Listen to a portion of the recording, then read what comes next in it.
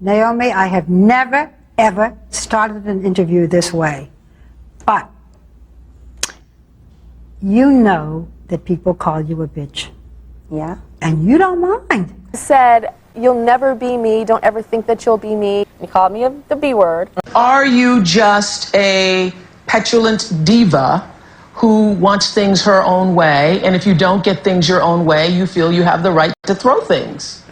I'm fearful of you to this day. You thought your workplace had tension? Honey, that's nothing compared to the runway. This isn't just any rivalry. It's the kind of stuff that makes reality TV look tame. We're talking about Tyra Banks and Naomi Campbell. Yep, two of the biggest supermodels to ever grace a runway, caught in a whirlwind of jealousy, ambition, and yes, a bit of diva energy. And honestly, I've always loved both of them, but their history, wow. And here's where it gets juicy. Did you know this feud wasn't just catty remarks and icy stares on the runway? Oh no, it went way deeper.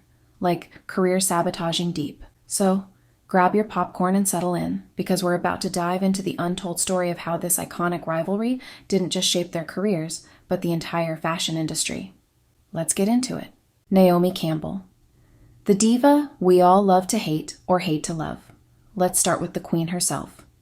Listen, if you were a fashion lover in the 90s, Naomi was it. She was like the definition of supermodel energy, strutting runways, breaking barriers, making history. I mean, let's not forget, she was the first black model to grace the covers of Vogue and Elle. That's pretty groundbreaking, right? But hold up, let's talk about what made her even more legendary. Or, let's be real, infamous. Now, Naomi didn't exactly have the most easy-breezy childhood. The girl came from a rough start. I mean, she grew up with abandonment issues, got bullied. Shout out to childhood trauma, right? To really understand what Naomi went through, let's hear it in her own words. In this interview with Barbara Walters, Naomi opens up about those early struggles and the lasting impact they had on her. And Being abandoned. being abandoned. That's what that's what my core issues are: abandonment and rejection. And that puts me in a real vulnerable space. I remember once a little boy hit me in my stomach, threw stones at me, and I have to say I fought back. You hit back. Yeah, because I wasn't going to run home like, oh, the little boy hit me, and what did you do? I hit back. That was my instinct.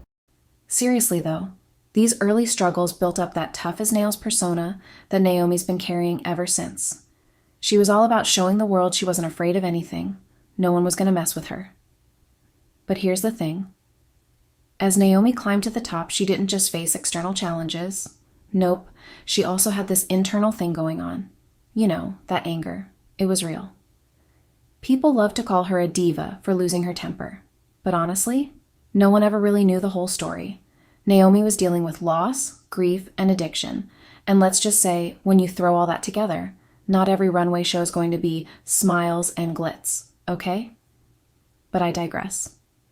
Back to her supermodel reign. Naomi was the it girl on every magazine, every runway, and she was getting paid for it. Major high fashion labels, Chanel, YSL, Dior, they all wanted her. Naomi Campbell was the model, period. But guess who was coming up right behind her? That's right, Tyra Banks. The quiet storm who didn't ask for your opinion. Now let's talk about Tyra Banks. I swear, Tyra was like the sneaky queen of the 90s. While Naomi was out there stealing the spotlight with her fierceness, Tyra was quietly making moves in the background.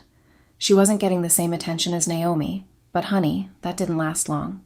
She was coming for everything, and by the late 90s, she was on top. Tyra started modeling at 15, yes, 15, and went on to book major campaigns for everyone from Victoria's Secret to Sports Illustrated. Oh, and don't forget her GQ cover. No big deal, right? But here's where it gets juicy. Tyra at first was like, hey, I'm just a young girl getting her start in the industry. And Naomi's reign was all kinds of intimidating. I mean, who wouldn't be freaked out trying to follow in Naomi Campbell's high heels? But Tyra did it. She booked more shows, landed on more covers, and suddenly she was being compared to Naomi, whether she liked it or not. And at first, Tyra was flattered. But let's be real, this comparison quickly turned messy. The rivalry, why it got so ugly. Okay, so here's where it all starts to go downhill. Both women were applying for the same jobs. You know what that's like. Two people fighting for the same promotion, the same role. It's like a workplace drama, except way more glamorous and with way more money involved. Naomi, feeling a little threatened by Tyra's rise, was not having it. And honestly, can we blame her? This new girl, with her $1 million smile and innocence, was making waves. Naomi, who had to fight her whole career for her spot, was feeling some type of way. So she wasn't exactly the nicest to Tyra, if we're being real. Said, "You'll never be me. Don't ever think that you'll be me." He called me the B word. Oof, that's cold. But here's the thing. What we didn't realize then was that Naomi was fighting her own battles. She wasn't just jealous or insecure. Naomi was dealing with her personal demons, anger issues, addiction, and the trauma she'd been carrying for years. She wasn't just rude for no reason. She was hurting. And Tyra? Oh, she was hurt too. She thought she was just the new girl trying to learn the ropes, but Naomi wasn't having it.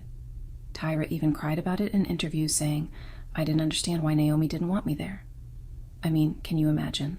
I had a very painful early days in Paris. As much as I was booking every single fashion show, people didn't know I was going home at night crying my eyes out because the woman that I was looking up to seemed like she just didn't want me to be there and was doing everything in her power to make me go away.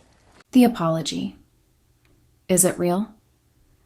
Fast forward a few years, and surprise, Naomi actually apologizes to Tyra. Yeah, I know. Shocking, right? This is like when your ex hits you up years later and is like, "Hey, sorry for everything." But in Naomi's case, it wasn't just about saying sorry, it was about recognizing her past mistakes. She admitted her behavior and said she was proud of Tyra's success. That's what I have to say before we start. However I've affected you, or you felt that I've affected you, I take my responsibility. I just want to say I'm very proud of you for being a powerful black woman sitting here and doing what you're doing. And please continue. Okay, thank you so much.